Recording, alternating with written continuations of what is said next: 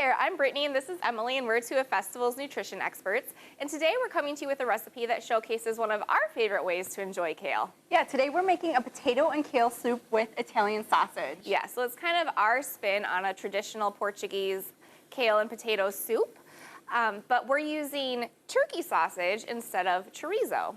Yeah, and this is a really great way to lighten up our soups. Yes, and add a lot of veggies at the same time, a lot of flavor. It's a really comforting recipe, actually. So what we've done so far is started sauteing some onions in a stock pot with a little bit of olive oil. And garlic. There's some garlic minced in here. Nice, perfect. So what I'm going to do next is add our turkey sausage. So we're actually using Jenny O hot Italian turkey sausage, and it comes in links. So you could definitely just slice up the link and add it to the soup, but I like more of a ground consistency, so it's just as easy as stripping it from the casing, and then you have ground Italian sausage ready to go. And this is a great way to add flavor, lean flavor, because it is the turkey and it is pre-seasoned. Right. So I'm just gonna add that same turkey sausage to our pot. I'm gonna go ahead and wash my hands, but you could definitely use a chicken sausage or whatever type of seasoned ground meat you prefer. So we're just gonna let this brown for about 5 minutes. All right, it looks like our turkey is brown, so I'm gonna go ahead and add our next ingredient, which are red potatoes. Yes, so there are a couple different ways you can make this recipe. You can make it in a stock pot like we are today, or you can make it in a slow cooker. So if you're making it in a slow cooker, you could brown the turkey and the onions and garlic all in one pan and then transfer it into the slow cooker at this step. And then you would add the potatoes and all the other ingredients right to the slow cooker. Sure. Today we're making it all just in one pot, keeping it simple. Yeah, so the next ingredient is gonna be our stock, and we're using an unsalted chicken stock. Yes, so one of our favorite brands to use is Kitchen Basics. They make an unsalted chicken stock. We like it for a couple different reasons. Number one, it has a lot more flavor than broth, and because it's unsalted, it has a lot less sodium than traditional chicken broths. Adds a ton of flavor. Yes. And we did use baby red potatoes today. All we've done with them is wash them and dice them. You could definitely use whatever types of potatoes you prefer. I like baby reds though because you can eat the skin. They get nice and tender. Yeah, they're just perfect for soups. In that way. Delicious.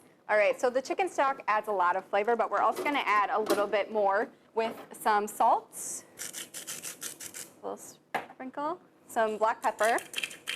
And you can definitely season this to your liking. Yes. One of the reasons we chose the hot Italian turkey sausage is because that does add a lot of flavor. In some recipes, you remove the sausage before you add in the other ingredients and then add it back in later when the soup's almost done.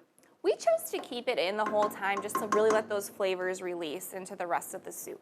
So the last ingredient that I added was just a little bit of crushed red pepper, and that's certainly optional if you don't like the heat, but we really like We the like all extra that flavor, spice, so absolutely. we added that. So we're gonna let this come to a boil and then simmer for about 20 to 30 minutes or until the potatoes are tender.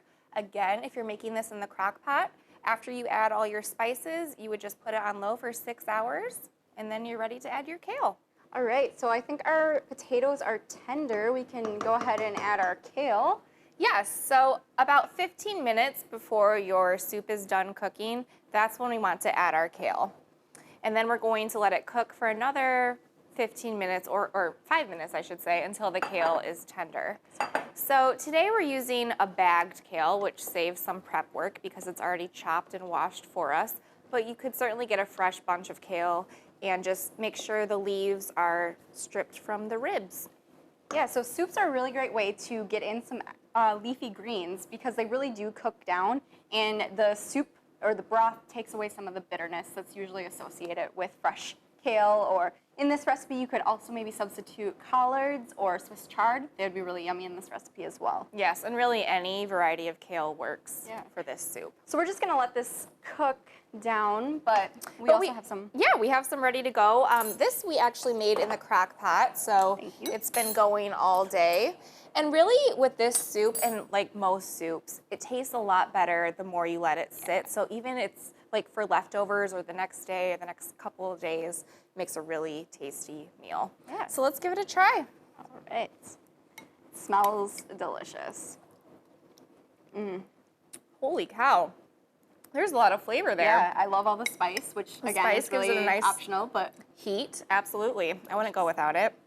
Well, we hope we've given you a new way to enjoy kale. and remember, you can always eat well with festival foods.